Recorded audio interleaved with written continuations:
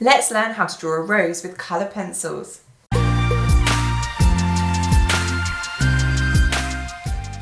Hello, I'm Gemma and I want to help you improve your drawing skills. If it's your first time here, don't forget to click subscribe and the notify bell so you never miss a tutorial.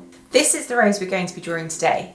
I'm using fancy luminance colour pencils, but you can use any colour pencils you have about. I'll pop links in the description for all the materials I'm using for this drawing. Alright, let's crack on. When you're drawing roses, you'll find they all look different depending on what stage of flowering they're at.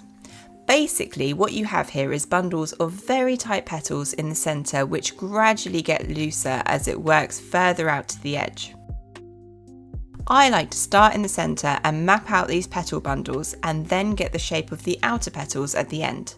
You can make a guide for yourself with a couple of circles, one on the inner petals and another around the outside so you know how big the drawing will be. Look at each petal as a series of shapes that overlap each other and pay attention to how they relate and compare in size to each other. Just keep building up each shape until all the petals you can see are down on the paper. As you've seen, I'm using a reference photo. If you're aiming for realism, it's very hard to imagine every curve, every shadow, and every highlight that makes the drawing look realistic. You can, of course, use a reference object, but I spotted this rose and took a photo for later. Alright, now I have it all laid out, I'm just going to start off by putting in any areas of white. Regardless of which colour pencils I'm using, I always like to start with the lightest values first. If I don't, it's very hard to put whites over the top of other colours without erasing. Looking at the overall colour, you'd say this is a yellow rose, but we can see that it's very much a gradient with the deepest yellows almost orange in the centre. This gets lighter in some places to white at the very edges. There's also flecks of grey in the shading. I'm using silver grey here, but any light grey should be a good match. I'm working in very light, brushy back and forth motions. If you look at the rose I'm drawing, you'll see there's light folds and lines going towards the middle of the rose, so I'm making sure I use similar strokes on my drawing.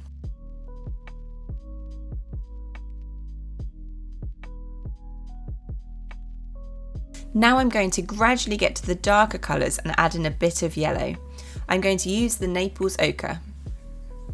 I'm going to work in a similar way, working in strokes in the direction you can see in the photo. I'm going to add the Naples Ochre to any area I can see with yellow.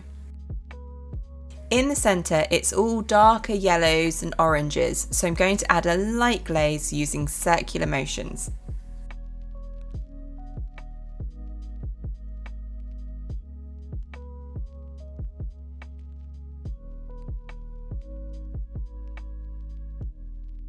Alright, now I'm going to move on to using a more vibrant yellow.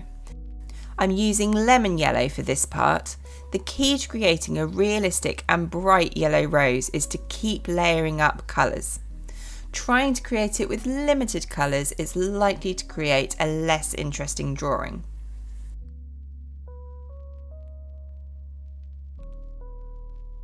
Some of the petals have some darker shadows. I can see a tiny hint of green in there as well as the yellow.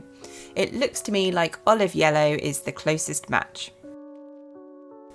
I'm just going to fill in these areas and you can start to see a little bit of depth coming to the rose.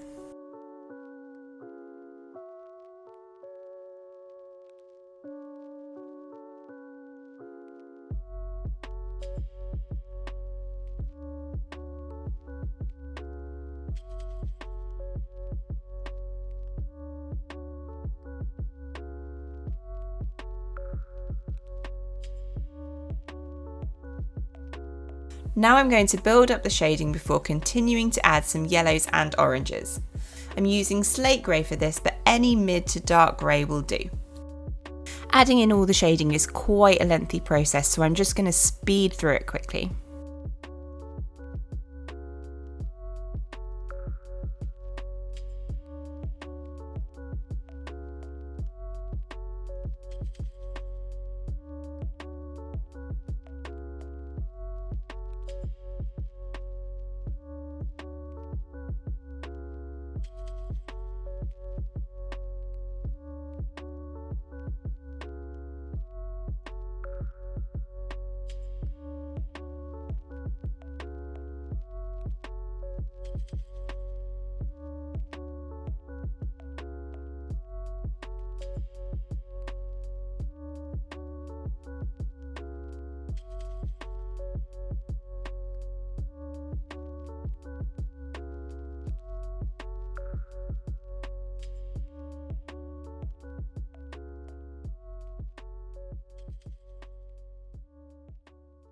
Okay, now I've got a lot of the texture of the petals in, I can start adding some richer colours. I'm going to brighten up the yellow first using Golden Bismuth Yellow, which is sort of an orangey yellow. I'm adding this at the base of the petals as well as in the centre.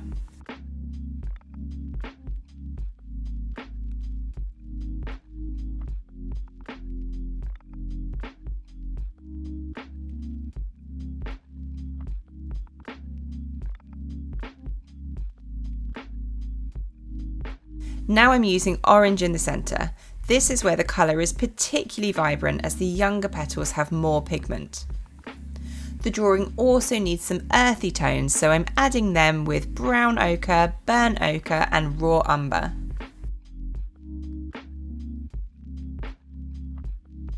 You'll notice I've been working roughly from the lightest colours, the whites and the yellows, through to the darkest with these earthy browns.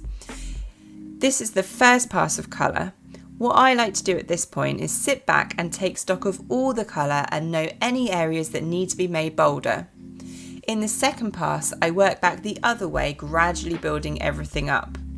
Doing it this way gives you a chance to correct mistakes and change the colours on the way back. I'm just going to speed through the second pass so you can see what a difference it makes. I definitely encourage you to try this method if you're struggling with layering your colours.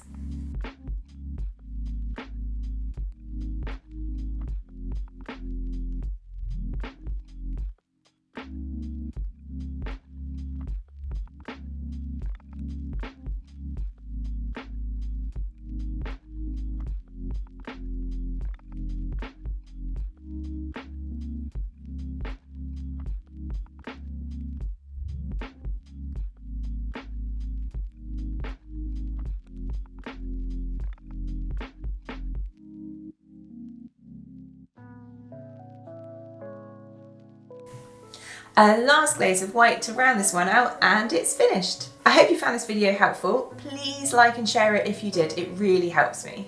While you're at it, please hit the subscribe and the notify bell so you never miss an art tutorial. Happy drawing guys, I'll see you in the next one.